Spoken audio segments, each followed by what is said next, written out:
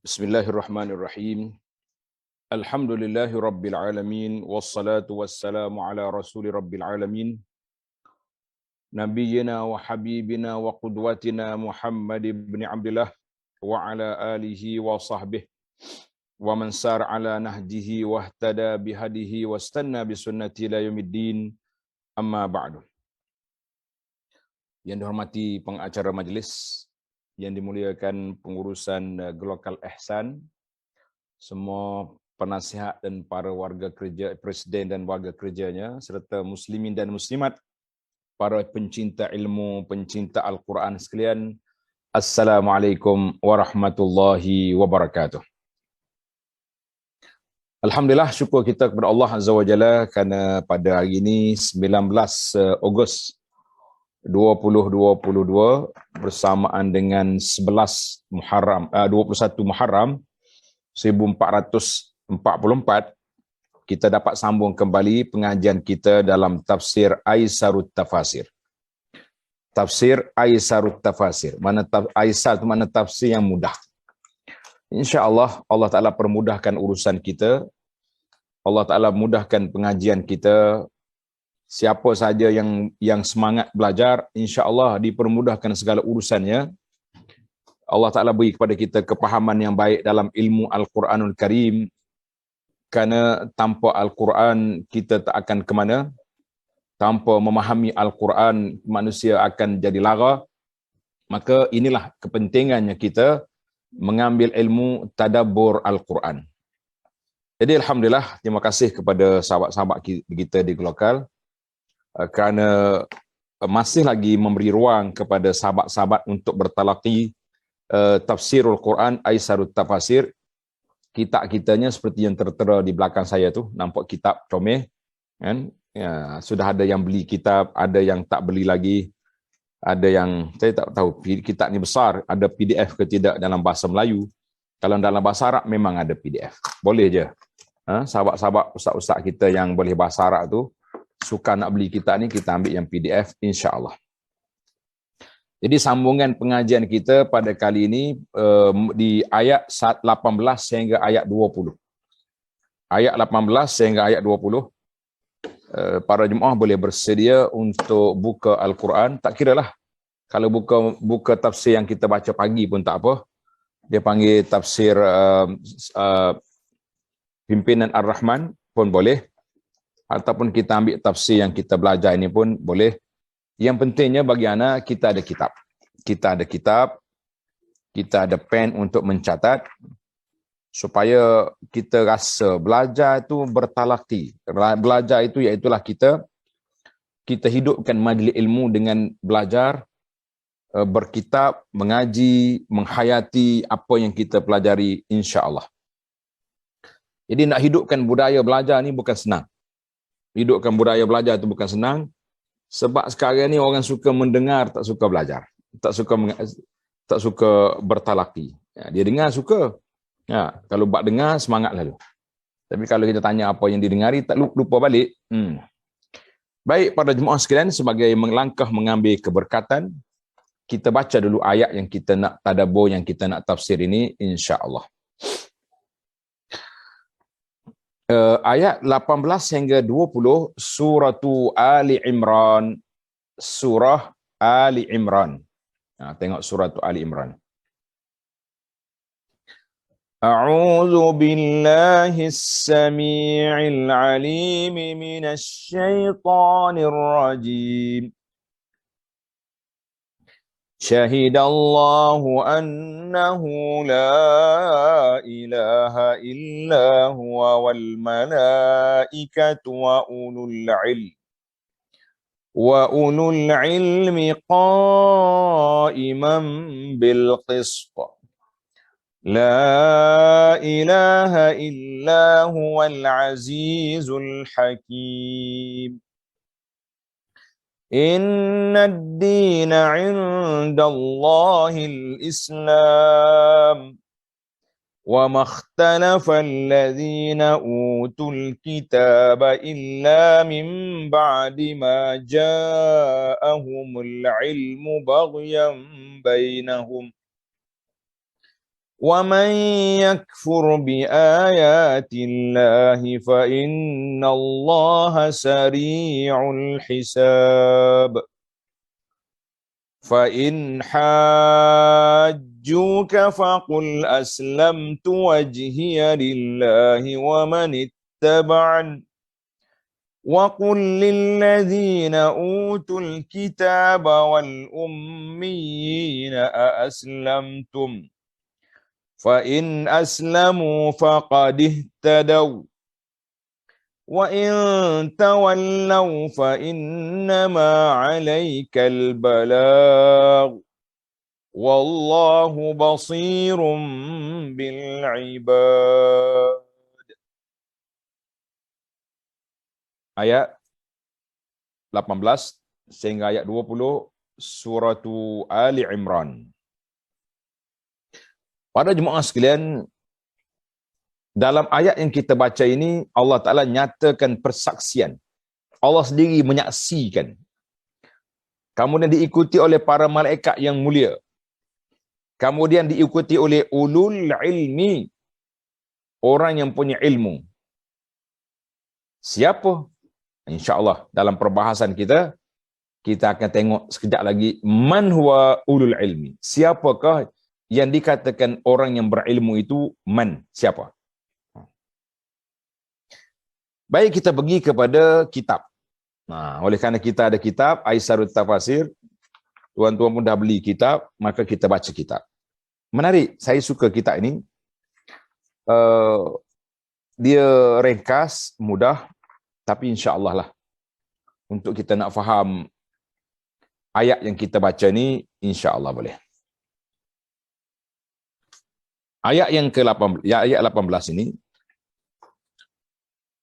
syahidallah annahu la ilaha illahu. Allah menyatakan bahawasanya, Allah menjelaskan syahidallah. Apa makna syahidallah? Maknanya Tuhan sendiri bersaksi. Tuhan sendiri saksi bahawasanya tidak ada Tuhan ilah yang berhak disembah, dipuja dan dipuji melainkan Dia. Illahu, Dia saja, Allah saja. Wal malaikatu, dan yang kedua para malaikat. Ini menunjukkan kemuliaan para malaikat. Allah Ta'ala sebut dia nombor 2. Wa ulul ilmi, dan orang yang berilmu juga menyatakan demikian, iaitulah bil qisti, dengan keadilan. Allah Ta'ala sebut dengan adil. Baik para pelajar sekalian, la ilaha illahu wal azizul hakim. Tidak ada ilah, tidak ada Tuhan yang berhak disembah melainkan Allah. Dia yang maha perkasa lagi maha bijaksana. Allah Ta'ala maha perkasa lagi maha bijaksana. Alhamdulillah. Apa tafsiran para ulama dalam tafsir yang kita baca ini? Menarik. Para pelajar sekalian, kita tengok apa huraian mereka. Dan bagaimana kita nak istimbak, nak tadabbur ayat ini supaya kita boleh faham, boleh menghayatinya dalam kehidupan kita ini, insya-Allah. Kita pergi kepada, dia panggil mufradat. Mufradat ni syarhul kalimat. Dalam ayat yang kita baca ni ada beberapa kalimah yang kalau orang belajar di mana dia jadi tag mukarrar ni. Mukarrar di Ma'had Sanawi, sekolah menengah. Wajib hafal tu satu-satu kalimah ni. Setiap minggu kita hafal berapa kalimah yang ada di. Yang pertama kalimah syahida. Syahida. Syahida makna memberitahukan tentang sesuatu atas dasar pengetahuan. Maknanya menyaksikan dengan ilmu pengetahuan. Bukan saksi palsu. Mengaku je, tak tahu apa. Sebab ia menyaksikan, mengetahui langsung perkara yang dipersaksikan itu. Dalam ayat ini, konteks ayat ini, Allah Ta'ala saksi. Dia yang menciptakan, Allah yang paling mengetahui. Kemudian diketahui oleh para malaikat secara ilmu daruri. Kemudian ulul ilmi bermula daripada para anbiya alaihimussalatu wassalam, para rasul, dan diikuti oleh para pengikut para rasul, atba'ur rasul, dari kalangan para ulama, manusia yang biasa tapi punya ilmu.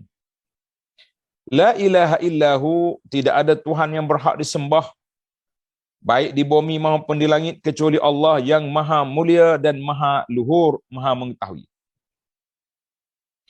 Ulul ilmi, orang yang memiliki ilmu yang benar dan sesuai dengan realiti sebenarnya. Ada orang memiliki ilmu tapi dia tak pandai ilmu, ilmu tak berpijak di bumi nyata, kita kata susah. Mereka adalah para nabi dan para ulama.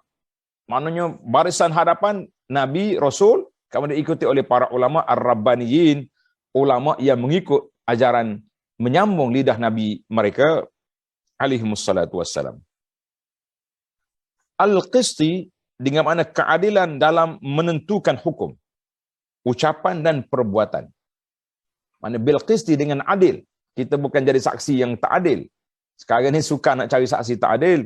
Saksi akan bersaksi apabila ada kepentingan. Kita kata tidak. Al-Azizul Hakim, Al-Azizul Hakim yang maha menang. Bahasa Indonesia. Yang memiliki keagungan yang tak terkalahkan. Al-Aziz dengan mana yang kuat, yang tak ada siapa boleh mengalahkan dia. Al-Hakim yang maha bijaksana dalam segala penciptaan dan semua perbuatan. Itu makna Al-Hakim, Allah Ta'ala yang bijaksana. Apa makna Hakim? Dia letak di tempat yang sesuai. Allah Ta'ala letak satu benda itu di tempat yang sesuai. Makna Hakim, bijak. Ad-Din, apa makna Ad-Din? Ad-Din, segala perkara yang menjadi tanda ketaatan dan ketundukan yang penuh kepada Allah Azza wa Jalla berupa peraturan syariat dan perbuatan ibadat. Itu dia panggil Ad-Din. Kita kata agama Islam. Maknanya kita kena tunduk pada peraturan Islam, perintah Allah Azza wa Jalla, melakukan ketaatan mengikut apa yang disyariatkan oleh Allah Azza wa Jalla. Al-Islam, Islam dengan makna patuh kepada Allah dengan melakukan ketaatan, bersih dan bebas daripada perbuatan syirik. Yang demikian di sini adalah agama Islam. Tengok nota di bawah dia ada huraian sikit. Apa dia kata makna al-Islam? Makna al-Islam. Inna dina indallahil Islam. Hakikat Islam menurut syariat adalah meyakini kebenaran dan mengucapkannya serta mengamalkan apa yang menjadi tuntutannya. Kita kata kita orang Islam, kita mesti akur dengan undang-undang Islam. Takkan orang Islam pergi akur dengan orang-orang putih. Lain. Baik pada segi ibadat, akhlak dan hukum. Sehingga seluruh kehidupan seorang Muslim sesuai dengan apa yang dikehendaki oleh Allah Ta'ala padanya. Itu yang dikatakan Islam. Islam ni mana kita kena taat, akur. Panjang lagi kalau dalam kitab Mustika Hadis contohnya, di hurai makna Islam itu ada banyak makna. Para pelajar boleh tambahlah Islam dengan makna agama. Islam dengan makna undang-undang yang dibawa oleh Nabi sallallahu alaihi wasallam. Islam dengan makna ajaran yang dibawa oleh Rasulullah sallallahu alaihi wasallam. Islam dengan bermakna al-istislamu lillah, dengan makna tunduk, akur, taat dengan kata kepada Allah Azza wa Jalla. Itu makna Islam. Sebab itu bila kita kata kita ni seorang Islam, maka kita kena akur dengan ketetapan Allah Azza wa Jalla. Allah suruh kita solat. Wanita Allah perintah tutup aurat. Jangan pula kita yang ni haram, yang ni halal digariskan oleh Allah Taala, kita kata alhamdulillah. Semua perkara itu semuanya di sisi Allah mengikut peraturan Allah Azza wa Jalla, maka dia jadi Islam. Baik, kalau kata kalimah baghyan dengan makna kezaliman dan kedengkian. Hajuka, yakni mereka berdebat dan menuntut bukti dari kamu kerana alasan-alasan yang batil dan lemah. Jadi puak kafir mari berhujah dengan Nabi. Aslamtu wajhiya lillah, aku ikhlaskan, murnikan seluruh perbuatanku, baik perbuatan hati ataupun perbuatan anggota, untuk Allah Ta'ala semata, tidak ada sekutu baginya. Dia kata wajah tu wajhi, muka saja, tapi oleh kerana muka tu yang paling mulia, Maka kita kata kita tundukkan muka kita ni kepada Allah. Nah, bukan muka saja yang tunduk, anggota semua kena tunduk. Macam kita pergi pejabat lah. Dia tulis kaki tangan saja boleh masuk. Macam mana agak-agak? Holo tangan, holo kaki. Tuan tak boleh masuk. Tak. Menunjukkan bahawa yang masuk di sini para pekerja kepada syarikat ini, tempat ini. Wa manittaba'an, begitu juga orang-orang yang mengikutku, mereka mengikhlaskan untuk Allah segala amal perbuatan mereka tanpa ada sekutu baginya. Utul kitab, orang yang diberi kitab, iaitu Yahudi dan Nasara. Yahudi dan Nasara. Al-Ummiyin. Apa dia ummi? Kita selalu dengar Nabi yang ummi. Masyarakat Mekah ummiyun. Masyarakat ummi. Ada dalam kitab ni. Masyarakat yang ummi. Malam ni kita nak huraikan makna ummi itu ambil dari mana. Mudah-mudahan para jemaah rasa nampak dia punya, kalau kata ini ummiyun, orang Arab disebut kepada ummi. Kenapa? Tengok dalam kitab ni. Orang Arab yang musyrik, mereka dinamakan ummiyin kerana sedikit sekali antara mereka yang boleh membaca dan menulis. Dalam kitab Gharibul Quran, menarik ni tuan-tuan, tanda sikit. Dalam kitab Gharibul Quran, dia kata al-ummiyin iaitulah orang Arab. Jamak daripada perkataan ummi. Ummiyu, ibu. Ummi itu makna ibu. Ummiyu makna ibu. Alladzi la yaktub wa la yaqra. Dia tak boleh membaca, dia tak boleh menulis. Nisbatun ilal nisbah kepada ibu. Ummi ni panggil anak mak. Baru tahu anak mak, anak ibu. Lis. Li'anna al-kitab kana fir rijal dunan nisa. Orang Arab dulu yang menulis, yang pergi sekolah, yang pergi belajar, laki-laki. Orang perempuan tak sekolah. Fanusiba man la yaktub wa la yakhutu minar rijal ila ummihi. Maka orang-orang yang tak belajar, yang tak menulis, yang tak baca ni dinisbahkan kepada anak mak. Lis fi jahlihi, kerana dia tak pandai menulis sebagaimana mak dia tak menulis. Satu pandangan. Jadi dia kata ummiyun iaitu anak mak. Sebab orang jahiliah dulu, orang Arab dulu, mak bini tak belajar. Yang belajarnya ayah. Jadi oleh kerana mu tak mengaji, tak pandai menulis, tak pandai baca, supaya makmu.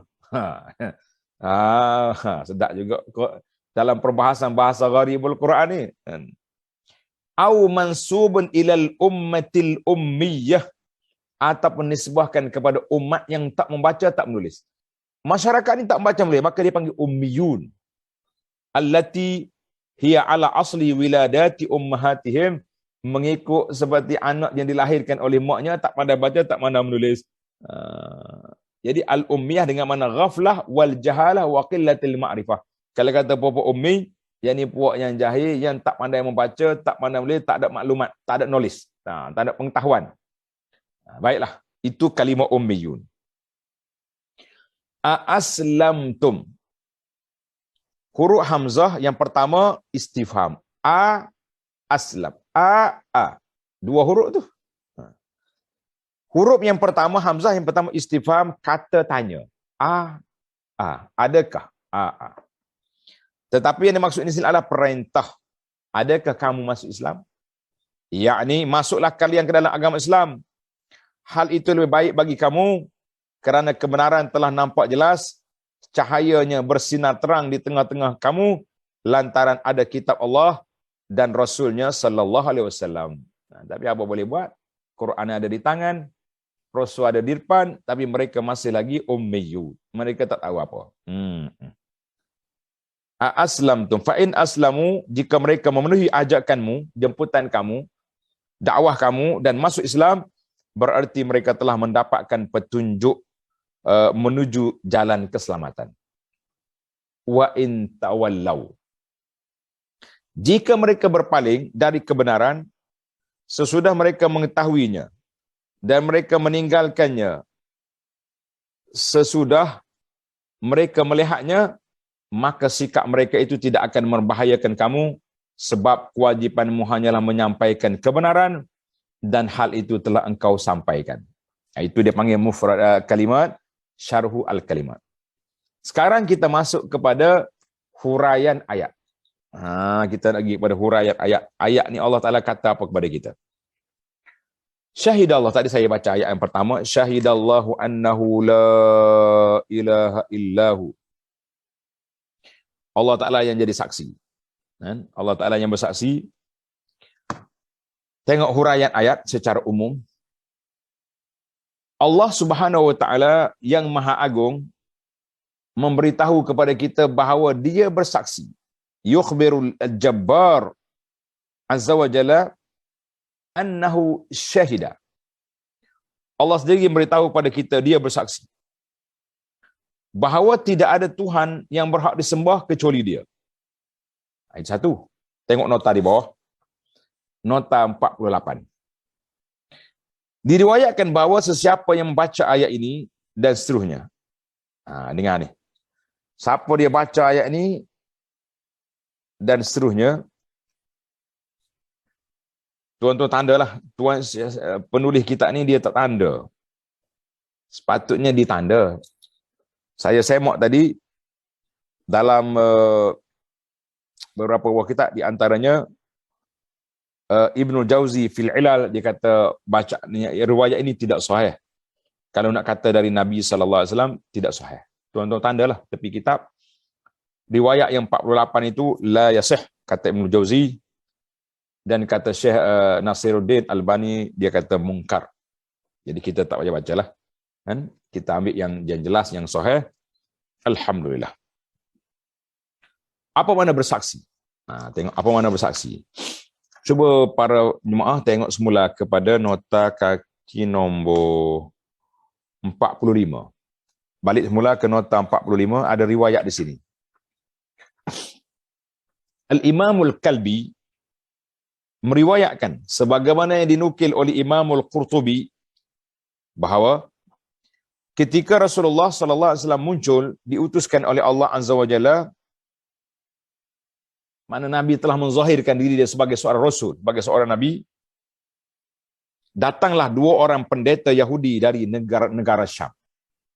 Yahudi dia dengar Nabi akhir zaman dah muncul, dia mari nak siasat. Setelah mereka melihat kota Madinah, salah seorang berkata kepada kawannya, sungguh mirip sekali kota ini dengan tanda-tanda kota Nabi yang muncul akhir zaman. Kalau kita tengok tanah Madinah ni, di antara tanda Madinahnya, dia ada dalam kitab. Dalam kitab Taurah dia, Nabi akhir zaman ini akan lahir, akan muncul di bumi yang pokok tanah dia hitam. Dia panggil tanah dia hitam dan banyak pokok kurma. Tanah hitam. Kalau tuan-tuan pergi Madinah, jangan duk intai pokok kurma je, pergi tengok tanah dia tu. Tengok tanah dia tu, nampak. Dia panggil batu kerikil macam tu. Jadi dia tengok, dia kata tanah ni macam dalam kitab Taurat mengatakan Nabi akhir zaman akan muncul di sini. Maka setelah mereka bertemu Nabi sallallahu alaihi wasallam, mereka pun mengenalnya sama dengan sifat dan tanda yang sudah diketahui. Mereka pun bertanya, apakah engkau Muhammad? Kita kata sallallahu alaihi wasallam. Tuan-tuan kata sallallahu alaihi wasallam. Nabi menjawab, ya. Keduanya pun bertanya lagi, apakah engkau juga Ahmad? Kan dalam Quran kata, ya'ti mim ba'dismuhu Ahmad. Mana dalam kitab Taurah, Injil mengatakan nama Nabi itu Ahmad. Muhammad? Ya. Muhammad? Ya. Nabi menjawab, ya. Keduanya bertanya lagi. Kami menanyakan kepadamu tentang sebuah persaksian. Jika engkau memberitahukannya kepada kami, maka kami akan beriman dan mempercayai kamu. Nabi SAW pun menjawab, silakan kalian bertanya kepadaku. Saya dah tanya. Nak tanya apa? Mereka bertanya, beritahukanlah kepada kami tentang sebuah kesaksian terbesar yang terdapat dalam kitab Allah Azza wa Jalla. Dia kata, apakah a'zamu syahadah fi kitabillah. Kitab yang paling besar persaksian dalam kitab Allah, maka Allah Ta'ala turunkan ayat ini, syahidallahu annahu la ilaha illahu. Nah, itu cerita dia dalam kitab, dalam Al-Qurtubi. Wallahu alam. Jadi pada jemaah sekalian, bila kita kata persaksian, saksi itu besar. Bukan boleh buat main-main. Saksi orang tak buat main-main. Kan? Orang tak cakap suka-suka, tak boleh. Itu yang pertama, Allah sendiri menyatakan persaksian, Allah yang saksi, menjadi saksi. Bahawa tidak ada Tuhan, ilah, yang berhak disembah, dipuja dan dipuji, kecuali dia. Tak ada. Kecuali Allah Azza wa Jalla. Dan sesungguhnya para malaikat, ini darjat yang kedua. Kata ulama tafsir, Allah nak nyatakan darjat malaikat. Malaikat tu hebat. Sebab pengetahuan dia direct dengan Allah Azza wa Jalla. Pengetahuan dia terus dengan Allah. Ya, tapi hari ni, zaman kita hari ni, mungkin ada orang mendakwa standard sama dengan malaikat. Bila dia nak tahu apa-apa, dia terus direct dengan Allah Ta'ala saja. Ini bahaya ni. Kumpulan batiniah yang duk dakwa benda-benda ni sangat berbahaya. Jadi seolah-olah dia, ilmu dia standard dengan ilmu malaikat. Boleh terus pada Allah Azza wa Jalla. Para rasul pun guna wahyu melalui perantaraan Jibril alaihissalam. Tapi ada geng kita ni dakwa dia boleh direct terus dengan Allah. Kita kata ini perbuatan yang tuan-tuan dan puan-puan jangan masuk dengan perangkap batiniah yang licik masuk dalam masyarakat Islam sekarang. Yang kedua, yang ketiga, dan orang-orang yang berilmu juga bersaksi serupa. Nah, orang berilmu, kita dah tengok dalam mufradat tadi, dalam syarah kalimat, man bermula dengan para rasul, para anbiya, diikuti oleh para atba'ul anbiya, para ulama yang rabbaniyin, yang ilmu dia mantap, mereka ini telah menjadi saksi. Dan sesungguhnya, menjadi saksi yang berdasar kepada ilmu, dengan kesaksian yang berdasar kepada ilmu dan kebenaran dan tegak di atas kehadiran jiwa dan perbuatan. Jadi dia panggil ilmu dia ni bukan setakat ilmu orang panggil main-main gitu saja. Ilmu yang besar kerana Allah sendiri yang mempersaksikan tentang zat dia. Kemudian disaksi oleh para malaikat yang bertemu dengan Allah, disaksi oleh para rasul yang menerima wahyu daripada Allah, dan juga para ulama lain yang menerima ilmu daripada Nabi sallallahu alaihi wasallam. Alhamdulillah. Orang nak jadi ahli ilmu, nak dakwah ilmu bukan senang. Kita kena tengok disiplin ilmu yang begitu ketat. Bukan main mudah-mudah rempuh saja. Nak tahu apa ni, nak kenal Allah pakai masuk bertapa 2-30 hari, sebulan 2 bulan, tak tahu solat jemaah, tak tahu solat Jumaat, langgar semua syariat, tiba-tiba mengaku kenal Allah, kita kata hayat, tak mungkin. Ulama dulu mengembara mencari hadis, nak tasih hadis, kita main selok langsir. Hayat. Kita kata ini tak mungkin. Jangan mudah-mudah cerita benda yang pelik. Tapi yang pelik itulah yang mendapat tempat dalam masyarakat. Kerana pendengar lagi pelik. Pendengar pun pelik juga. Dia suka benda pelik. Kita nak didik masyarakat, berusaha untuk memberi ilmu pada masyarakat, maqala Allah, maqala Rasul. Biar jelas. Bukan main rempuh, cerita. Ini cerita bercakap beragama, tapi bercakap macam cerita dongeng, kenapa? Ini masalah kita sekarang. Dan sesungguhnya Allah Ta'ala sentiasa mengatur seluruh kerajaannya, baik bumi maupun di langit, dengan penuh ketelitian. Dengan penuh ketelitian dan keadilan. Tidak ada Tuhan yang mengatur semesta alam, dan dia tidak ada Tuhan yang berhak disembah selain dia. Allah Maha Perkasa di wilayah kekuasaan dan penciptaannya, yang bijaksana dengan memerintah dan mengaturnya. Oleh kerana itu Allah tidak meletak suatu pada tempat yang tidak layak. Dia sebut di akhir ayat tadi, la ilaha illa huwal azizul hakim. Mana dia berkuasa mutlak, kuasa penuh, dan dia letak satu perkara mengikut pada tempat yang sesuai dengan dia. Itu nama dia Al-Hakim, nama orang bijak. Oleh kerana itu, Allah Ta'ala tidak meletak suatu pada tempat yang layak untuknya. Dengan kesaksian ini, Allah membantah dan menolak semua kebatilan yang dibuat oleh kaum Nasrani Najran, tipu daya kaum Yahudi dan kaum musyrik bangsa Arab. Jadi selalu kita dengar dalam dunia ni 3 bangsa ini yang disebut puak-puak Yahudi, Nasara dan puak-puak jahiliah yang bertapak di Mekah pada zaman Nabi sallallahu alaihi wasallam. Dia disebut dengan nama Ummiyun, geng-geng yang tak membaca dan tak menulis. Baiklah. Itu makna ayat yang pertama yang kita belajar. Makna ayat yang pertama yang telah kita baca. Kemudian kita pergi kepada ayat yang kedua. Pada jemaah sekalian, kita pergi kepada ayat yang kedua. Tengok ayat 19. Inna ad-dina 'indallahil Islam. وَمَا اخْتَلَفَ الَّذِينَ أُوتُوا الْكِتَابَ إِلَّا مِنْ بَعْدِ مَا جَاءَهُمُ الْعِلْمُ بَغْيًا بَيْنَهُمْ وَمَنْ يَكْفُرْ بِآيَاتِ اللَّهِ فَإِنَّ اللَّهَ سَرِيعُ الْحِسَابِ. Maksudnya, sesungguhnya agama yang diridai, yang dibenarkan, yang diterima di sisi Allah Azza wa Jalla hanyalah agama Islam. Habis kenapa dia orang nama Yahudi? Kenapa dia nama-nama?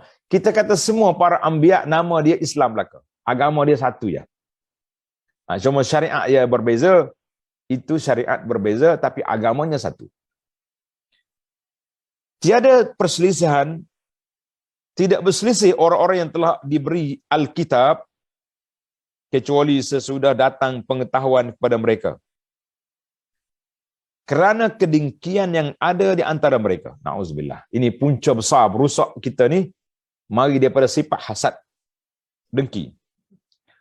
Sesiapa yang kafir terhadap ayat-ayat Allah, sungguhnya Allah Ta'ala sangat cepat hisabnya. Itu terjemahan ayat. Kita pergi kepada makna ayat secara umum. Tengok muka surat 56. Selanjutnya, Allah SWT memberitahu bahawa agama yang benar, yang Allah Ta'ala tidak akan menerima agama selain daripadanya adalah agama Islam. Kita kena hati-hati. Zaman kita ini dipanggil zaman pluralisme. Zaman orang nak tunjuk lunak dengan orang kafir. Zaman orang nak tunjuk kono-kono Islam ni rahmatan lil alamin, cara pemikiran dia. Dia kata Islam ni menerima semua agama. Semua kita ajak kebaikan. Semua kita nak. La, ya akhi. Bila bercakap tentang agama, kita mesti tegas. Inna ad-dina indallah Islam, bahawa agama kamu tidak betul. Cuma kita bertoleransi di atas dasar dalam satu sebuah masyarakat. Dalam masyarakat majmuk berbilang bangsa, berbilang kepahaman, kita terpaksa kena toleransi dalam masalah ini. Itu pun lakum dinukum waliyadin. Tak boleh kita lunak-lunakkan diri, tak apa, agama awak pun ajak kebaikan juga. Kita sama-sama ketua agama, sama-sama tok syekh, sama-sama ustaz, kita kata la. La. Para ulama katakan, siapa dia kata semua agama sama, fala dinalahu, orang tu tak ada agama. Orang Islam mesti tegas. Inna dina indallah Islam. Islam yang diterima oleh Allah, agama Islam. Yang lain-lain jangan cuba masuk campur.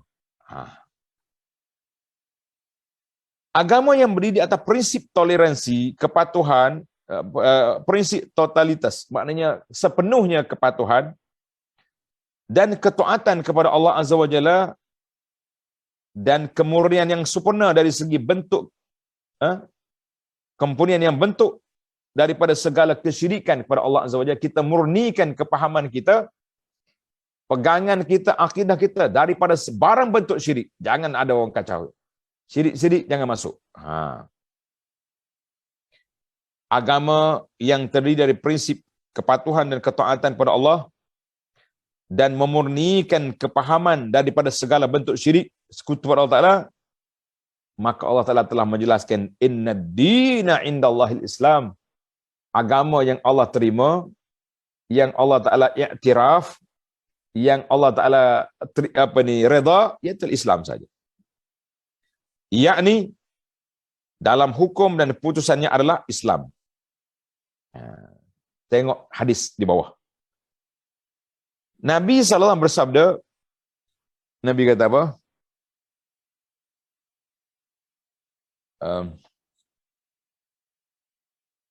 Rawahu Muslim. Hadis riwayat Imam Muslim, bahawa Nabi bersabda, wallazi nafsi biyadih, la yasma'u bi ahadun min hazihil ummah, Yahudiyun, au Nasraniyun, wa mata walam yu'min bima ursiltu bihi, illa kana min ahli nar, illa kana min ahli nar. Maksud dianya, demi Tuhan yang jiwaku berada dalam genggamannya. Nabi kita bagi tahu, demi jiwa dia yang berada di bawah kekuasaan dengan genggaman Allah Azza wa Jalla, jangan siapa yang cuba nak tak dengar kata, setiap orang dari umat ini yang mendengar berita tentangku, maknanya sampai ke maklumat pada dia kemunculan kehadiran Nabi akhir zaman, sama ada dia Yahudi ataupun Nasrani, lalu ia mati sedangkan ia belum beriman kepada agama yang aku diutuskan untuk membawanya, maka dia ahli neraka. Kalau setakat dia tahu je, dia tahu ada Allah, tapi dia tidak beriman kepada Allah Azza wa Jalla, maka orang yang duduk dalam keadaan yang cukup berbahaya. Apa dia bahaya? Dia tahu dia tak beriman, maka orang tu orang yang akan masuk neraka, wal-iyazubillah.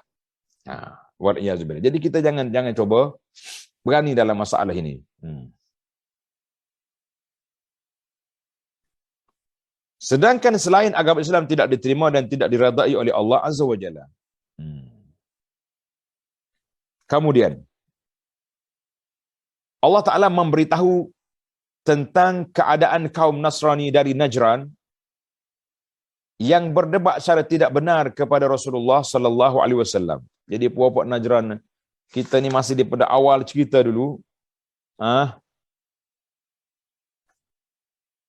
Cerita Ali Imran ni duduk kait dengan Nasara, dengan Nasrani Najran mari. Jadi memberitahu tentang keadaan Nasrani dari Najran yang berdebat dengan Nabi sallallahu alaihi wasallam secara tidak benar kepada Rasulullah sallallahu alaihi wasallam yang berkenaan dengan masalah penuhanan Isa alaihissalam. Dia duduk main Isa tu Tuhan lagi, Isa tu mati dan sebagainya. Allah berfirman, Tuhan kata apa? Wa makhtalafal ladzina utul kitab. Wa makhtalafal ladzina utul kitab illa min ba'di ma ja'ahumul ilmu baghyan bainahum. Ini bahaya sekali. Tidaklah berselisih orang-orang yang telah diberi kitab kecuali mereka memperolehi ilmu. Dia ada dah maklumat. Allah Ta'ala gambarkan ilmu mereka tentang Nabi SAW. Kata apa? Ya'rifunahu kama ya'rifuna abna'ahum. Mereka kenal Nabi SAW sebagaimana mereka kenal anak cucu mereka. Dia kenal Nabi sebagaimana mereka kenal anak cucu. Maknanya dia kenal sifat dia, warna dia, tinggi rendah, semua ada maklumat. Ada ilmu. Kerana Allah nyatakan sebab kenapa mereka menolak Nabi. Kerana kedengkian antara mereka. Maksudnya bahawa penolakan ahli kitab terhadap Quran dan kerasulan Nabi Muhammad sallallahu alaihi wasallam bukanlah kerana ketidaktahuan mereka akan kebenaran. Bukan tak tahu. Dia sudah tahu tapi dia tak mau ikut. Dia tak tahu, bukan tak tahu tapi dia tak mau ikut. Tengok nota di bawah menarik. Saya rasa nak cerita hal ni. Tetapi hal itu mereka lakukan sementara mereka punya pengetahuan secara benar. Tengok nota 50 di bawah. Hal ini didokong oleh hadis Dan diriwayat oleh Imam Bukhari rahimahullah bahawa ada seorang remaja Yahudi yang bekerja membantu menyiapkan air wuduk. Nabi kita ni ada pembantu dia Yahudi. Ramai ya sahabat nak tolong. Tapi ini hikmah. Nabi nak tunjuk toleransi. Nak tunjuk dia ni bukan satu eksklusif sampai orang lain tak boleh dekat. Ini kesimpulannya. Mari dekat. Mari sini, aku ajar. Dan membawa sendal. Sendal mana bawa selipar Nabi sallallahu alaihi wasallam. Kemudian remaja tersebut sakit. Nabi sallallahu alaihi wasallam menjenguknya. Nabi pergi ziarah. Ini dalil kata boleh kita ziarah orang kafir sakit. Tapi kena belajar cara Nabi lah. Nabi kita ajar pergi ziarah, Nabi ajar mengucap, ajar syahadah. Ketika Nabi masuk nak ziarah budak ni, ayahnya berdiri di dekat dengan kepalanya. Ayah dia lah, hormatlah Nabi datang. Ataupun dia nak tengok Nabi buat apa kepada anak dia. Maka Nabi SAW berkata kepada anak dia. Nabi kata apa kepada budak ni? Ya ghulam, qul la ilaha illallah. Anak, kalau orang Kelantan kata awal, kata la ilaha illallah. Ini tuan-tuan dan puan-puan, kita kena belajar. Kalau kita pergi ziarah kawan kita ke, friend kita sakit, non-Muslim, ajar dia mengucap. Tak apalah dia tak sempat solat pun. Kalau orang Melayu, laki-laki pula, tak apa, dia tak sempat bersunat pun. Yang penting dia bersyahadah dengan mulut dia, mudah-mudahan dia tasdik dengan hati dia. Nabi kata, ya fulan, qul la ilaha illallah. Ya ghulam, hei anak, qul la ilaha illallah. Mu kata la ilaha illallah. Remaja itu memandang kepada ayahnya. Dia tengok ayah dia. Nak kata tak berani, tengok ayah dulu. Respon macam mana orang tua ni. Ayah dia diam. Ayah dia tak kata apa. Awak tak tahu lah. Maka Nabi SAW pun mengulangi ucapan. Qul la ilaha illallah. Remaja itu tengok pada ayah dia sekali lagi. Ayah dia pun kata, Ati Abul Qasim. Ikutlah. Ikut apa yang diajar oleh Abul Qasim. Gelaran Nabi Abul Qasim. Ikut. Faqala al-ghulam, budak tu pun kata, Asyhadu an la ilaha illallah wa annaka Rasulullah. Ada riwayat kata, budak tu mati. Selepas itu. Maka Nabi SAW meninggalkan tempat itu sambil berkata, Alhamdulillah allazi akhrajahu minan nar. Segala puji bagi Allah yang telah menyelamatkan dia, mengeluarkan dia daripada api neraka. Sebab dia mengucap. Ada riwayat yang kata, Andazi anqazahu bi. Allah telah menyelamatkan dia dengan sebab aku ajar dia mengucap minan nar. Pada jemaah sekalian, kita cubalah. Cuba amalkan gaya Nabi berdakwah ini kepada orang-orang bukan Islam. Kita jangan, kita ni NGO, jangan pergi hantar makan saja. Hantar je risalah-risalah tentang Islam tu. Sekarang ni ada buku-buku kecil Islamic introduction, mana penerangan ringkas tentang Islam tu ada. Kalau boleh kita selit sekali. Makanan, ubat-ubat ke, masuk risalah sekali. Tak boleh Ustaz. Nanti dia campur. Jangan tulis ayat Quran, tulis terjemahan je. Tak ada masalah. Kalau ditanya kenapa pula ni? Kita nak perkenalkan Islam je. Supaya kamu tahu kami ni orang Islam. Yang duk bagi makan kepada kamu, yang tak bagi bantuan ni orang baik-baik. Islam tak ajar kita kelahi, tak ajar kita balah. Yang ajarnya untuk kita mengenali Allah. Cuba. Takut. Habis.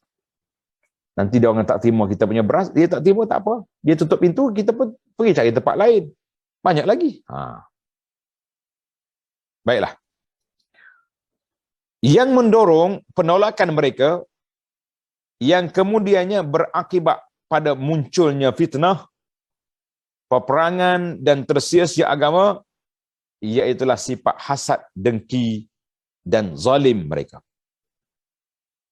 Sebab setiap kelompok dari mereka menginginkan untuk memimpin dan menguasai Sama ada kepimpinan keagamaan ataupun dunia, dia berebut, tamak nak jadi ketua belaka. Hal itu mengakibatkan rusaknya perjalanan agama dan juga dunia. Ini merupakan sunnatullah pada manusia yang juga menimpa kaum muslimin sesudah masa generasi utama. Generasi awal, dan sejarah pun membuktikan hal itu. Bila generasi pertama, tengok nota di bawah, sampai hari ini pun kaum muslimin masih berpecah belah, bala sama kita. Bahkan perpecahan mereka pada saat ini lebih buruk daripada masa-masa sebelumnya. Kini negara-negara umat Islam bermacam-macam dan peraturan perundangan yang mereka ikut juga bermacam-macam. Ada ikut British, ada ikut Perancis, ada ikut Rusia, ada ikut macam-macam ikut. Yang mereka memimpin umat Islam, tapi mereka tak mahu pada undang-undang Islam. Hari ini pula balah sama kita. Ahli agama sama-sama ahli agama. Bahkan ahli-ahli tarekat. Tarekat ni orang yang nak membersihkan hati. Tarekat ni orang nak bersih hati. Tapi sama dia berebut juga. Dia kata inilah khalifah yang rasmi mengganti tuan guru yang telah mati. Dia tu kata, dak, aku murid senior. Aku murid kanan dia, aku berhak. Berkelahi. Berkelahi. Ini masalah kita. Kita mengaji ilmu hakikat, ilmu tasawuf ni kerana nak mendekatkan diri kepada Allah, nak bersih hati. Rupanya berebut nak jadi ketua juga. Saya tak nak sebutlah apa nama kumpulan, tapi adalah maklumat-maklumat yang kita terima. Pecah. Sama-sama kita, sama-sama pendakwah, kerana itulah kita yang mengajak manusia untuk mendekati sunnah Nabi SAW ini, kena banyak bertoleransi sama-sama kita. Jangan berpecah macam orang Yahudi dengan Nasara begitu. Ada benda-benda yang khilaf-khilaf yang kecil-kecil kita bincang. Jangan dua hambul lepas di Facebook, senang-senang je, ajak jumpa tak mahu, sukah, payah. Baik. Kemudian Allah Ta'ala berfirman, sesiapa yang engkar kepada ayat-ayat Allah, maka sungguhnya Allah sangat cepat perhitungannya. Di sini Allah Ta'ala mengeluarkan ancaman bagi setiap orang yang kafir dan engkar kepada ayat-ayatnya, yang memuat ayat ajaran syariat dengan membangkang dan meninggalkannya, kerana sungguhnya Allah Ta'ala akan melipat dosa-dosa kekafiran mereka dan semua kejahatannya. Mana ganda, lipat tu mana gandakan dosa. Dia kafir sekali, jahat pula. Dua kali. Lalu Allah menghitungnya dan membalasnya. Sesungguhnya Allah sangat cepat perhitungannya, kerana tidak ada sesuatu pun yang membuatnya sibuk atau pencapaian dalam menghitung dan mendata amal perbuatan makhluknya. Apa dia? Allah Ta'ala itu cepat dia punya kira-kiranya.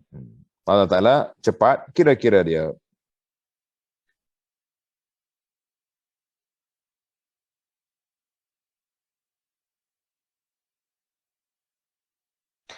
Wa yuhasibuhu biha wa yuzi wa inna la sin'isa li annahu la yashghul an shay'in an akhar. Payah sikit baca terjemahan Arab, terjemahan Melayu ni tulis. Allah Ta'ala akan tepat dia punya kira-kira, hisab dia laju, la yushghilu shay'an akhar. Maknanya kita ni kalau kita buat kerja lain tak boleh buat kerja ni. Kalau kita dengar orang ni bercakap belah ni, tak dengar orang belah ni. Kalau dengar dua-dua tak faham. Allah Ta'ala la yushghilu shay'un an shay'in. La ya'i ihsa'u. Allah Ta'ala tidak pernah, tidak letih, tidak terhalang ilmu dia tu, serentak dia boleh hisab hamba-hamba dia. Tidak kata tunggu seorang-seorang lah, tak. Boleh serentak. Macam mana? Allah Ta'ala yang Maha mengetahui. Kita semua yakin kita akan bertemu dengan Allah Azza wa Jalla di akhirat esok. Bersedialah kita dengan amal yang baik, jangan menyusahkan diri di akhirat. Nah. Baik. Itu ayat. Kemudian kita pergi kepada ayat yang ketiga. Ayat yang terakhir yang kita baca ini, para pelajar sekalian, tengok kitab ayat 20. Apa Allah kata kepada kita? Fa in hajjuka faqul aslamtu wajhiya lillahi wa man ittaba'an. Tengok terjemahan dia dulu. Kemudian jika mereka mendebat kamu, berhujah dengan kamu tentang kebenaran Islam, maka katakanlah, aku menyerahkan diriku kepada Allah, dan dengan demikian pula orang-orang yang mengikuti itu, semuanya taat kepada Allah Azza wa Jalla. Dan katakanlah kepada orang yang ummi. Wa qul lil ladzina utul kitaba wal ummiyina a aslamtum fa in aslamu faqad ihtadaw wa in tawallaw fa innama 'alaikal balagh wallahu basirum bil ibad.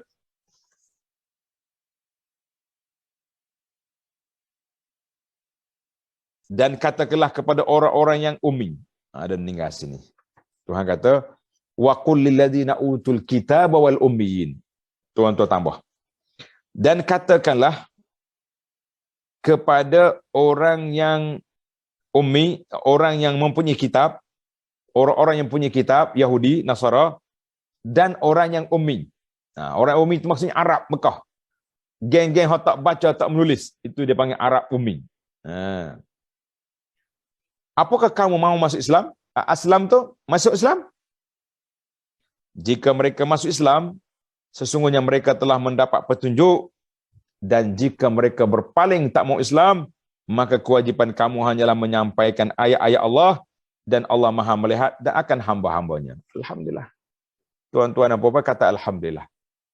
Allah Ta'ala ringankan kita di sini. Fa in aslamu faqad ihtadaw wa in tawallaw fa innama 'alaikal balagh. Kalau mereka terima, alhamdulillah. Kalau mereka tak terima, tugas kamu menyampaikan telah sempurna. Yang kita bimbang ni kita tak menyampaikan. Jumpa dengan orang kafir, minum makan teh ya boleh. Tak minum mengopi ya boleh, tapi tak pernah dakwah dia. Allahu Akbar. Jadi sahabat-sahabat kita yang berpeluang berinteraksi dengan non-Muslim ni, cuba-cubalah. Dakwahlah mereka. Ataupun orang Islam yang lemah iman, di'aful iman, wa di'aful uqul, lemah iman, lemah akal ni, kembalikan mereka ke jalan siratal mustaqim. Mudah-mudahan mereka selamat, kita juga selamat, insya-Allah. Baik, kita pergi pada huraian ayat. Allah kata apa? Kemudian Allah Ta'ala berbicara kepada Rasulnya dengan firman-Nya, jika mereka, yakni delegasi Nasrani dari Najran itu membantah engkau, maka persingkatkanlah bantahanmu kepada mereka dengan mengemukakan sikapmu yang dapat membuat mereka putus asa. Mana kita lawan terus. Apa dia sikap putus asa? Sambil mengajak mereka kepada agama Islam yang sebenarnya, yang telah mereka ketahui, tetapi mereka ingkari kerana bertujuan menjaga kedudukan dan kepentingan golongan mereka. Dia bukan tak tahu, dia tahu. Waktu mula-mula sampai ke Madinah, ketua Yahudi nama dia Huyai bin Akhtab. Tulis bapak Yahudi ni. Nama dia Huyai bin Akhtab. Dia pergi tengok Nabi. Bila dia balik, adik dia tanya, macam mana sikap kita? Betulkah dia tu Muhammad? Dia kata betul. Bagaimana sikap kita? Lawan tak lawan. Allah telah kata, dalam ayat lain Tuhan kata, hasadan min indi anfusihim, kerana hasad dalam diri mereka, mereka lawan. Sebenarnya dia tahu pun, Nabi kita benar. Dia tahu, bukan tak tahu. Kalau tak tahu lain cerita, ni tahu, buat tak tahu. Allahu Akbar. Dan katakanlah kepada mereka, aku berserah diri kepada Allah, dan demikian pula orang-orang yang mengikuti, tak ada sesuatu apapun yang ada pada kami selain untuk Allah, bahkan hati kami, perbuatan kami, dan kehidupan kami seluruhnya untuk Allah semata. Kita kena isytihar, declare. Kita kena isytihar bahawa kita ini Islam. Serah diri kepada Allah bulat-bulat. Jangan kita orang Islam, orang panggil lemah semangat. Keluk-kelek dengan kafir. Tak. Kita mesti tunjuk izzah, kemuliaan kita kepada mereka.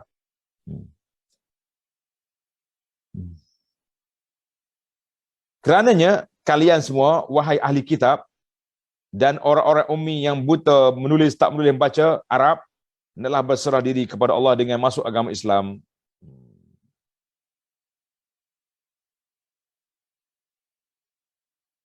Tengok nota di bawah. Muhammad bin Ishaq, ya ada masalah ini semua cerita sirah lah. Meriwayatkan bahawa ketika delegasi dari Najran memasuki masjid Rasulullah, Nabi kita masuk orang kafir dalam masjid. Sallallahu alaihi wasallam, maka berbicara dua orang dari mereka, yakni As-Sayyid dan Al-Aqib. Dua orang cakap. Maka Rasulullah sallallahu alaihi wasallam berkata kepada keduanya, masuklah kamu pada Islam. Mari masuk Islam. Nabi ajak dia. Keduanya berkata, kami telah masuk Islam sebelum kamu. Maka Rasulullah sallallahu alaihi wasallam menjawab, kalian bohong. Yang menyebabkan kalian terhalang dari Islam kerana kamu menganggap Allah punya anak dan kalian menyembah salib. Nabi kita marah, mu ni semua salib. Tak percaya, tak mau masuk Islam. Jika mereka masuk Islam berarti mereka telah mendapat petunjuk. Tetapi jika mereka berpaling dan menolak, maka sikap mereka itu tidak membahayakan engkau, kerana engkau hanya ditugaskan untuk menyampaikan tabligh wa ma'alaika ilal balagh, dan hal itu telah engkau laksanakan. Nah, kita alhamdulillah bila kita jalankan tugas kita dah laksanakan. Adapun perhitungan amal dan balasan mereka serah saja kepada Allah Azza wa Jalla yang maha melihat semua perbuatan hamba-hambanya dan maha mengetahui akan niat isi hati mereka. Allah lah yang akan membalas dan memutuskan urusan mereka seadil-adilnya. Dialah yang maha perkasa dan maha bijaksana. Alhamdulillah. Tamatlah tafsir ayat. Alhamdulillah, masa kita pun tepat dan kita pergi kepada hidayatul ayat. Pelajaran, petunjuk daripada ayat yang kita baca ni, ayat 18 hingga 20, suratu Ali Imran. Ada 6 perkara. Jadi saya ringkaskan sebagai kesimpulan pada perbincangan kita, alhamdulillah. Yang pertama, penerimaan persaksian, i'tibarus syahadah. Jika berpijak pada pengetahuan, maka orang yang menjadi saksi adalah orang yang ahli dia, yakni dia orang yang Islam dan bersikap adil. Mana kita nak terima saksi orang ni, kita kena tengok body dia, peribadi dia. Orang ni adil, Islam, adil, terus tidak pun tabligh, baru kita terima. Maknanya bukan semua orang boleh diterima sebagai saksi. Yang kedua, kesaksian Allah adalah kesaksian terbesar untuk menetapkan hukum dan syariat, disusuli dengan kesaksian para malaikat. Karena malaikat ini di ilmu dia dipanggil ilmu daruri, ilmu terus kepada Allah Azza wa Jalla. Dan orang-orang yang berilmu bermula daripada para nabi, diikuti oleh pengikut para nabi, ulama. Yang ketiga, semua agama selain Islam adalah fasik. Begitu pula semua sistem selain Islam tidak berguna, kerana Allah Ta'ala telah bersaksi untuk itu, sebagaimana dalam firman-Nya, dan sesiapa yang mencari, wa may yabtaghi ghairal islami dinan falan yuqbala minhu, siapa yang mencari selain agama Islam, dia tidak akan diterima, dan di akhirat dia termasuk orang yang rugi. Surah Ali Imran ayat 85 yang akan datang, insya-Allah. Yang keempat, perselisihan yang muncul di antara para ulama dan ahli agama biasanya terjadi ketika mereka lebih mengutamakan urusan dunia daripada urusan akhirat. Ketika mereka mempersalahkan, mempermasalahkan makan dan minum, mana sibuk duk cari harta lah, cari kedudukan, dan menginginkan kursi dan pangkat kedudukan, saat seperti itulah terjadi pertikaian antara mereka disebabkan rasa iri hati atau perbuatan zalim yang dilakukan oleh sebahagian mereka kepada sebahagian yang lain. Kita tengok jelah suasana politik dalam negara kita, celaru habis pok dia, berebut kursi dan macam-macam. Terheret sama jabat kehakiman, terheret sama semua benda. Dalam ahli-ahli agama pun sama juga. Masing-masing nak menggunakan kedudukan untuk nak menyekat orang lain. Guna kuasa. Molek-molek dah, elok dah. Ada jawatan kuasa tu, ada muzakarah tu, sekat sebab bos besar nak jadi ketua dan dia boleh lantik siapa yang dia suka, dia boleh sekat orang yang dia suka, maka timbullah isu-isu peraturan-peraturan. Zaman dulu orang buat peraturan kerana nak sekat orang yang buat ajaran sesat. Sekarang ni kita buat peraturan nak menyekat orang yang kita tak suka. Senang je. Kalau pergi minta pun tak lepas. Tak minta pun tak lepas. Jadi kita serahlah kepada Allah Azza wa Jalla. Alhamdulillah, tuan-tuan dan puan-puan, kita ada alam maya sekarang ni. Alhamdulillah, semua negeri kita masuk, semua tempat kita boleh pergi, kecuali mungkin satu masa lagi akan dihalang. Allah Ta'ala yang Maha mengetahui, wa ma'alaika ilal bala. Ketika itu, kita kata, ya Rabbi, aku dah menyampaikan ilmu yang aku ada. Orang terima, lain. Bila kita disekat, bermakna kita telah menjalankan tugas. Alhamdulillah. Sabarlah tuan-tuan. Ingat kata-kata Imam Al-Bukhari rahimahullah ta'ala, ya ahlas sunnah, isbiru, wahai pencinta sunnah, sabarlah kamu, kerana bilangan kamu sedikit nak banding dengan arus perdana yang ramai yang tak ikut sunnah Nabi SAW. Yang kelima, sesiapa yang menyerahkan jiwa dan raganya kepada Allah Ta'ala dan memperuntukkan seluruh hidupnya untuk Allah, berarti dia telah mendapat petunjuk menuju jalan keselamatan dan kedamaian. Alhamdulillah. Allahumma hdina siratal mustaqim. Allahumma hdina siratal mustaqim. Ya Allah, tunjukkanlah kepada kami jalan yang benar yang Kau redai ya Rabb. Yang keenam, sesiapa yang menggantungkan jiwanya kepada kehidupan dunia dan meninggalkan ibadat yang dapat membantunya untuk melupakan urusan dunia, berarti dia telah sesat dalam hidup dan usahanya. Orang panggil sesat di siang hari, sesat di tengah jalan, sementara Allah Ta'ala yang akan menghisap amal perbuatannya dan dia akan menerima balasannya. Alhamdulillah, 6 faedah yang dapat kita kutip, kita petik daripada ayat 18 hingga 20 dalam tafsir surah Ali Imran. Tamatlah kita untuk sesi ini. InsyaAllah kita sambung lagi dalam sesi yang akan datang. Bermula ayat 21, pendek ya, 21, 22, mungkin kita lajak ke ayat sampai 20, 25 kot. InsyaAllah, tengok keadaan. Kalau kita nak hurai panjang boleh, jadi 2 ayat itu sudah cukup. Tapi lambat habis surah. Kata di para pelajar, memahami ayat dengan baik, lebih aula daripada kita mengkhatamkan surah dengan kepahaman yang tidak begitu cerah, dan insya-Allah. Jadi kita ambil yang cerah lah. Jadi tamat dulu untuk perbincangan kita pada kali ini. Subhanakallahumma wa bihamdika asyhadu an la ilaha illa anta astaghfiruka wa atubu ilaik.